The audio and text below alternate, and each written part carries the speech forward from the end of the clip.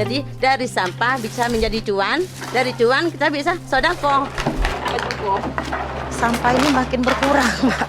Kalau harapan ya bukan berarti kita ngumpulkan sampah ini dapat uang kita senang, bukan. Kalau harapan ke depannya tuh memang harus ada ini gebrakan bahwa masyarakat harus disadarkan.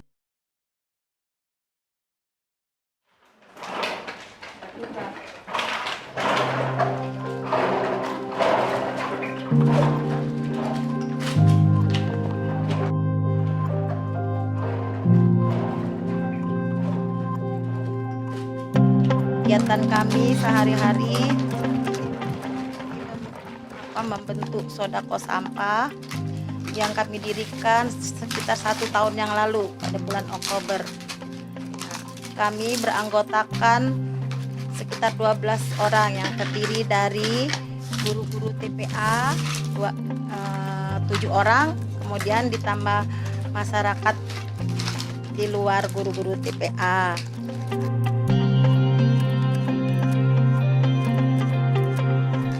Biasanya kami melakukan kegiatan pemilahan sampah ini pada hari Jumat yang kami sebut dengan Jumat Barokah. Di samping itu juga kami juga memfasilitasi bagi masyarakat, terutama anak-anak didik kami di TPA untuk menabung sampah. Nah, sodako sampah ini konsepnya kami menerima sampah dari masyarakat luas yang menyumbangkan sampahnya, kemudian akan kami pilah, kami bersihkan, kemudian kami jual melalui Dinas Lingkungan Hidup lewat bank sampah yang bernama Bank Sampah Papit. Kemudian dari hasil penjualan, uangnya akan kami gunakan untuk membantu bagi orang-orang yang membutuhkan, bisa dalam bentuk paket sembako yang kami berikan secara berkala, menunggu sampai uangnya mengumpul. Nah, ini kan itu juga nanti ada tim kami yang mensurvei siapa yang layak menerima bantuan itu. Kalau ditanya motivasi, sebenarnya itu idenya datang tiba-tiba. Awalnya saya berdua teman ikut pelatihan vokasi sampah yang diadakan oleh PUPR lewat kotaku. Nah, itu kita dilatih untuk, tapi arahnya pada saat itu memang mengarah pada bank sampah. Nah, setelah pelatihan itu saya pernah ikut kunjungan ke daerah Bantul. Nah, di situ kita mengunjungi konsep sodako sampah yang didirikan oleh Ustadz Ananto Isworo. Itu konsep sodako sampah yang pertama di Indonesia. Nah, kemudian saya melihat dia berbasis masjid berbasis sodako sampah namanya. Nah, jadi masjidnya tidak terlalu besar, kecil. Nah, dari hasil sodako sampah itu dia mengubah daerah itu yang dari daerah yang istilahnya tidak baik dalam tanda kutip. Nah, terjadi prostitusi di situ. Nah, itu ternyata itu banyak sekali manfaatnya. Jadi anak-anak muda itu mulai digerakkan. Dari situ mungkin saya dari situ motivasinya itu untuk membentuk sodako sampah. Kalau harapan saya, sampah ini makin berkurang, Mbak.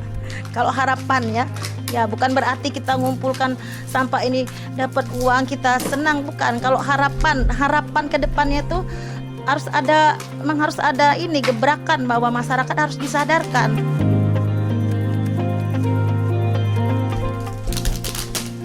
Saya pernah ngomong sama teman-teman bahwa di samping dari hasil penjualan ini kita salurkan kepada yang membutuhkan, saya inginnya bahwa sodako sampah ini nanti sebagiannya ada dibuatkan amal usaha, jadi atas nama sodako sampah, sehingga nanti hasilnya bergulir. Jadi ada terus tuh Mbak. Jadi kita setiap saat nih bisa nih. Kalau kita sudah punya usaha, nah yang kayak saya tadi amal usaha tadi, dari usaha itu nanti bisa kita bebas nih uangnya. Kalau kita harus yakin lah, insya Allah lah kan jalan nih.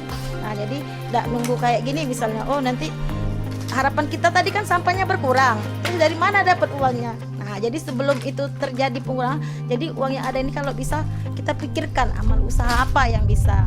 Tapi tentu tidak seluruhnya pakai uang ini ya, kita juga harus berani berkorban lah, mengorbankan kepentingan kita, materi kita untuk membesarkan ini Mbak. Kalau selama ini kalau saya sama teman saya ini ikut pelatihan, saya merasa yang pembinaan itu yang ilmu awal yang kami dapat dari vokasi sampah itu Mbak, walaupun memang bukan terjun langsung, mereka kan memang dari sekian peserta itu kan. Nah jadi tapi saya merasa itulah awalnya pembinaan bagi kami, walaupun dengan ilmu yang terbatas. Nah tapi dengan modal itulah kami berani membuat ini.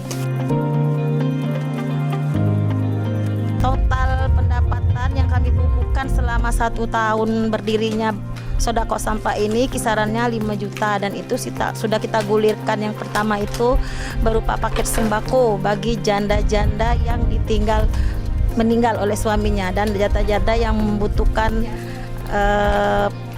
pertolongan lah, yang memang layak menerima bantuan. Kedepannya memang kalau memang ada, kita punya tim yang nanti menilai yang layak.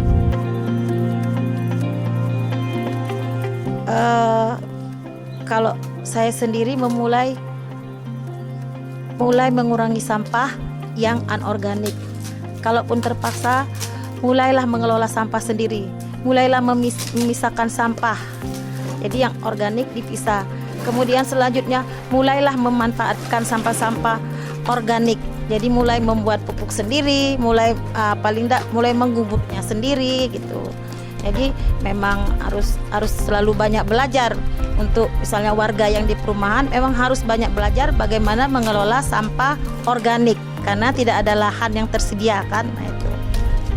Semangat sedekah, semangat mengurangi sampah.